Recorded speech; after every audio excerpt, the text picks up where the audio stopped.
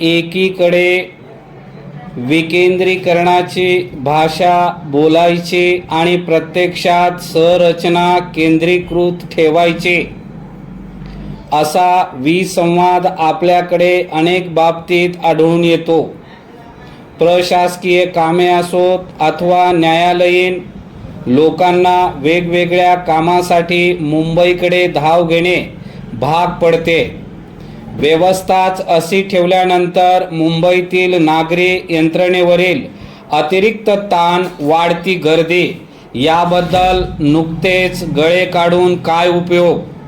जर महत्त्वाची आस्थापने, संस्थांची कार्यालये, प्रशासकीय यंत्रणांची कार्यालये राज्याच्या वेगवेगळ्या भागात असतील तर अर्थातच मुंबईकडे वाहणाऱ्या लोंढ्यांना आळा बसेल. मुंबई उच्च न्यायालयाच्या कोल्हापूर सर्किट बेंचची स्थापना या घटनेची या पार्श्वभूमीवरील स्वागतार्ह नोंद घेण्याची गरज आहे. या घटनेला केवळ एवढाच पैलू नाही, कोल्हापूरसह आसपासच्या 6 जिल्ह्यांच्या उज्ज्वल भवितव्यासाठी उभारलेला हा एक धोरणात्मक पाया आहे. कोल्हापूरच्या ऐतिहासिक, सांस्कृतिक आणि सामाजिक दृष्ट्या समृद्ध शहराच्या वाटचालीतील यामुळे एक नवा टप्पा पार पडला आहे.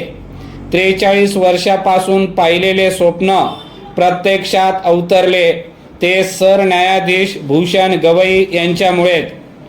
जलद न्याय मिळाला पाहिजे व सर्वसामान्य लोकांच्या दारापर्यंत न्याय पोहोचला पाहिजे, ही भूमिका न्यायमूर्ती गवई यांनी कायमच घेतली. सरन्यायाधीश पदाची सूत्रे हातात घेतल्यानंतर त्यांनी कोल्हापूरला सर्किट बेंच सुरू करण्याचा निर्णय घेतला होता. त्या दृष्टिकोनातून त्यांनी तारीख आधी ठरवून मग सर्व गोष्टीचे नियोजन केले असल्याचे भाषणात सांगितले. या प्रकल्पासाठी मुख्यमंत्री देवेंद्र फडणवीस यांनी उत्तम साथ दिली. सर्किट बेंचसाठी लागणाऱ्या सगळ्या सुविधा महिन्याभरात उपलब्ध करण्याचे आव्हान स्वीकारत त्यांनी अशक्य ते शक्य करून दाखवले. अर्थात ते होण्यासाठी 6 जिल्ह्यातील लोकांनी दिलेला लढा देखील महत्त्वाचा ठरला आहे.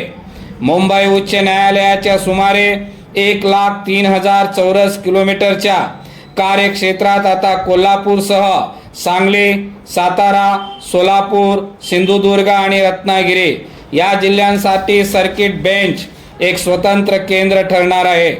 जवळपास 55,000 चौरस किलोमीटर क्षेत्र यामध्ये येणार असून त्यामुळे न्याय मिळण्याची प्रक्रिया स्थानिक पातळीवर सुलभ होणार आहे.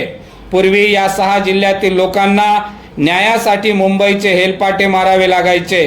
यामध्ये श्रम, वेळ, पैसा खर्च होत असत.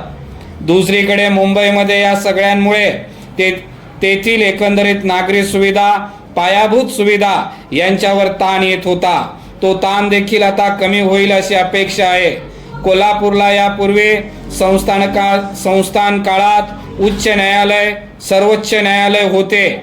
न्यायमूर्ती महादेव गोविंद रानडे यांनी पहिले न्यायाधीश म्हणून त्यांनी काम केले. राजश्री शाहू महाराज, राजाराम महाराज यांच्यामुळे ही दृष्टी जिल्ह्याला लाभली. कोल्हापूरच्या न्यायव्यवस्थेस एक उज्ज्वल परंपरा आहे. 94 वर्षाच्या या परंपरेत आता सर्किट बेंचची भर पडली आहे. ही केवळ न्यायालयीन व्यवस्था नाही तर एक आर्थिक, सामाजिक आणि शहरी पुनरुत्थानाला चालना देणारी प्रक्रिया होय. सर्किट बेंचमुळे 54हून अधिक विभागीय कार्यालय कोल्हापुरात येण्याची शक्यता आहे. महसूल, सहकार, पोलीस आयुक्तालय, हरित न्यायाधिकरण अशा विविध यंत्रणा येथे स्थापन झाल्यास कोल्हापूर हे विभागीय प्रशासकीय केंद्र म्हणूनही उदयास येईल. याबद्दलचा परिणाम विविध स्तरावर जाणवणार आहे. स्थानिक अर्थचक्राला गती मिळेल. Hotel, real estate, stationery, typing, वाहन सेवा, खानावळी अशा छोट्या मोठ्या व्यवसायांना वाव मिळेल. उद्योगांमध्ये घडणाऱ्या हालचालीमुळे कोल्हापुरात रोजगाराच्या नवीन संधी निर्माण होतील.